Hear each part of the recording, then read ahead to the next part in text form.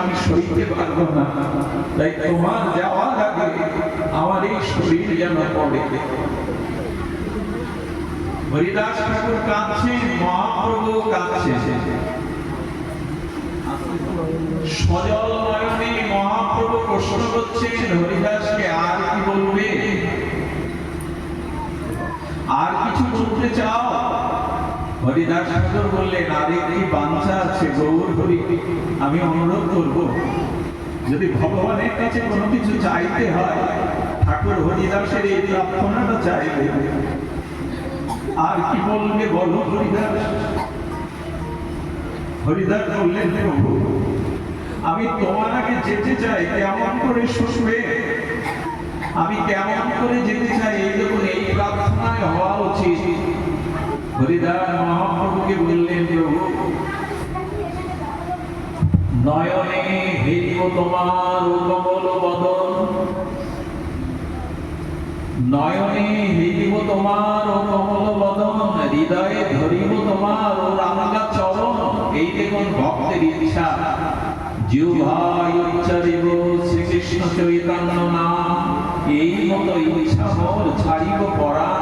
হরিদাসের শেষ বাঞ্ছা, প্রার্থনা বাঞ্ছা তিনি চরণে নিবেদন করছেন, প্রভু আমার এই নয়ন ভ্রমর তোমার কমল বদনের মধুকন্দ আনন্দ রস যেন আস্বাদন করতে পারে। আমি কিভাবে যাবো জানো?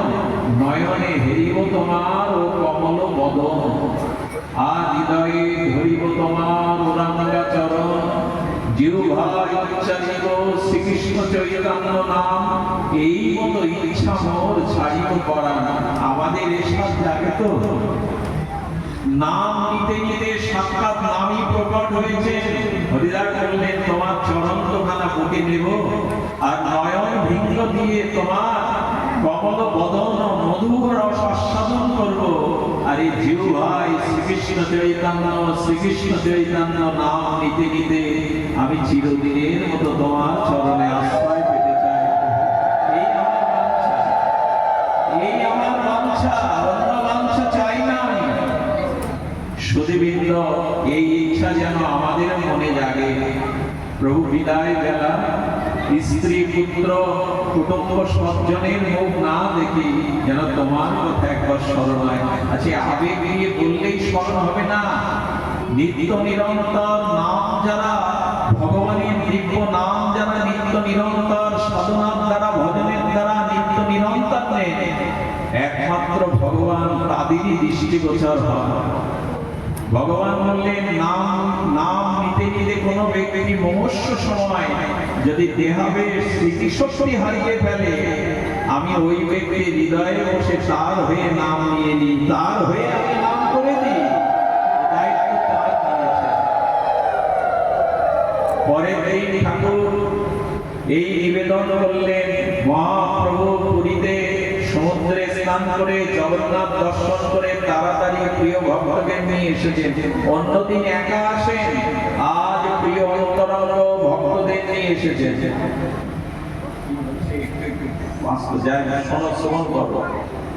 বললেন যে আজ প্রভু এসে বলছেন, সুধীজন প্রভু দ্রুত এসেছেন। আর সিদ্ধবকুলে প্রভু দর্শন দিয়ে হরিদাসের দিকে তাকিয়ে আছেন। হরিদাসে উঠতে পারছেন না, জানেন মাজাটা ধরে গেছে মাটির সাথে। ভক্তগণকে দেখে আর ধুলায় গড়াতে গড়াতে সেই ধুলা অঙ্গে মাখছেন, আর বৈষ্ণবের চরণ দুদিকে ভূষণ করে নিচ্ছেন হরিদাস। এই দেখুন, চৈতন্য চরণের আগে বৈষ্ণবের চরণ ধুলিগুলো হরিদাস ভূষণ করে নিজের অঙ্গে মাখছেন। মহাপ্রভুর দিকে তাকিয়ে হরিদাস বললেন, প্রভু দেখাও না সেই নটন নটরাজ শ্রীবাস সঙ্গে তুমি যেভাবে কীর্তন রসরাজ হয়ে কীর্তন একবার দেখাও। তোমার সেই শ্রীবাস সঙ্গনের সংকীর্তন নটরাজ মহিমানন্দ কীর্তন একবার দেখাও। হরিদাস ঠাকুরকে ঘিরে মহাপ্রভু বেড়ি কীর্তন করছেন। এই কীর্তন করতে করতেই মনে হলো, এই আমার সময়, এর থেকে আর মহা মহেন্দ্রক্ষণ আর পাবো না।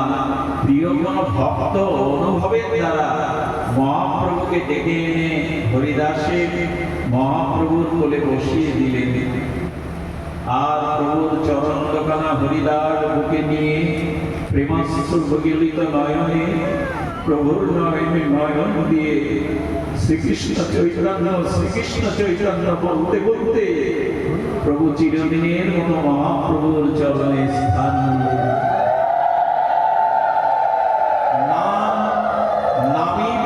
নামের চরণ বুকে নিয়ে আর নামনিষ্ঠ হরিদাস চলে গেল। কি বলবো, হরিদাসের কোন প্রভু কোলেতে উঠাইয়া অঙ্গনে নাচেন প্রভু প্রেমাবিষ্ট হইয়া হরিদাসের দেহখানা চুম্বন করছে গৌর হরি আর বলছে, হরিদাস আজ তোমার ইচ্ছা পূরণের দিন না, আজ আমার ইচ্ছা পূরণের দিন।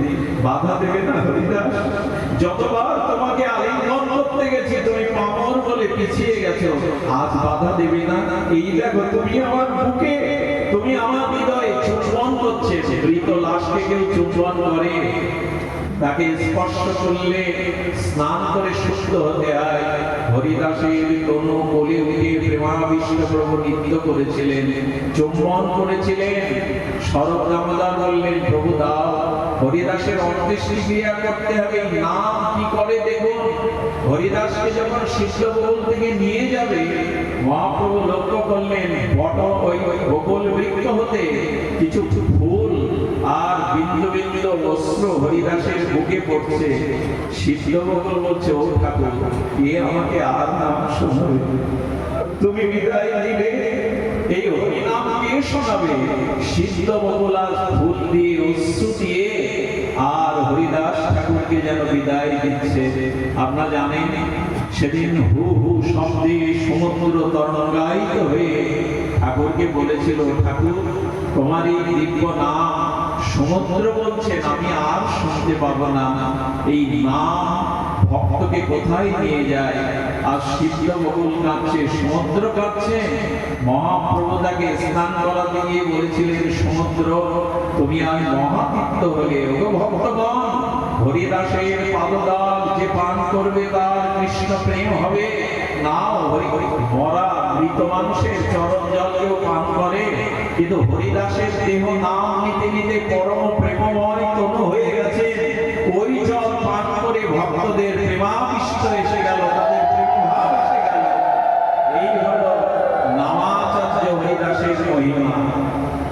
আপনাদের কাছে নিবেদন করব, প্রভু তাকে নিজে আর গৌর গোপিন দিয়ে বালিতে সমাধি দিয়ে প্রভু যখন বালি দিচ্ছিলেন সে দৃশ্য বুঝি আমার জিহ্বায় উচ্চারণে মানায় না।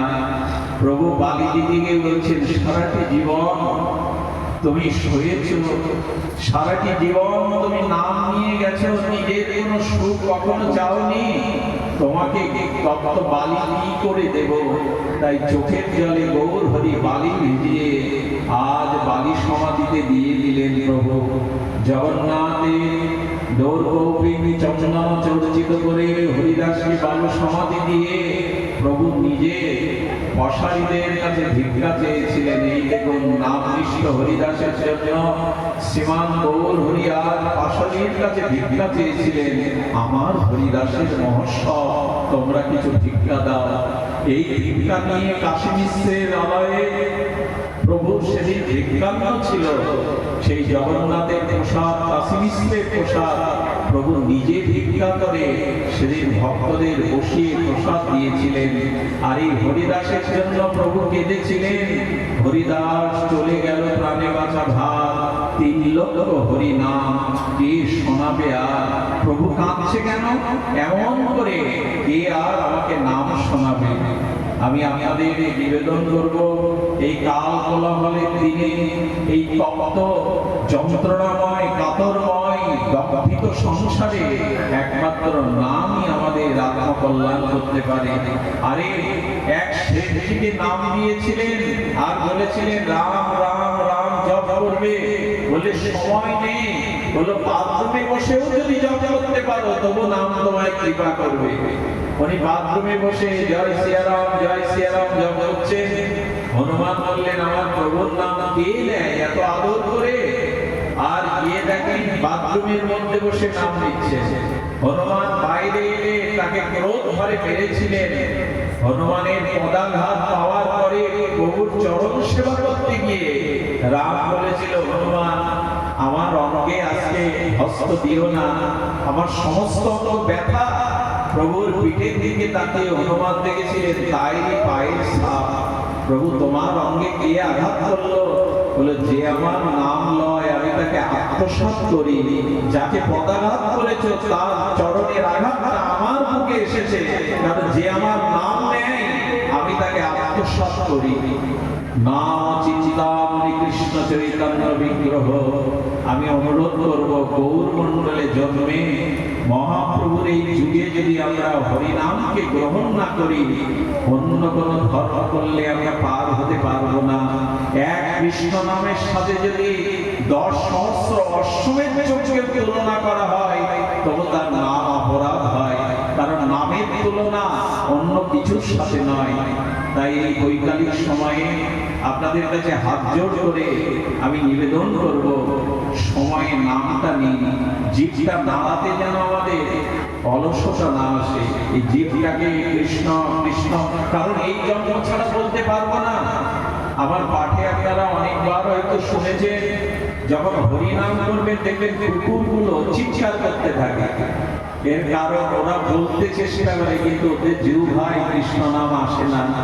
ওরা যেন বলে আমাদের কণ্ঠ তোমাদের থেকে উচ্চ কণ্ঠ, এটা আমরা কৃষ্ণ বলতে পারছি না, তোমাদের জিহ্বা শুধু নাম নেওয়ার জন্য প্রভু দিয়েছে, আমাদের মতো ভুল করো না, আমরা চাইলেই নাম নিতে পারবো না।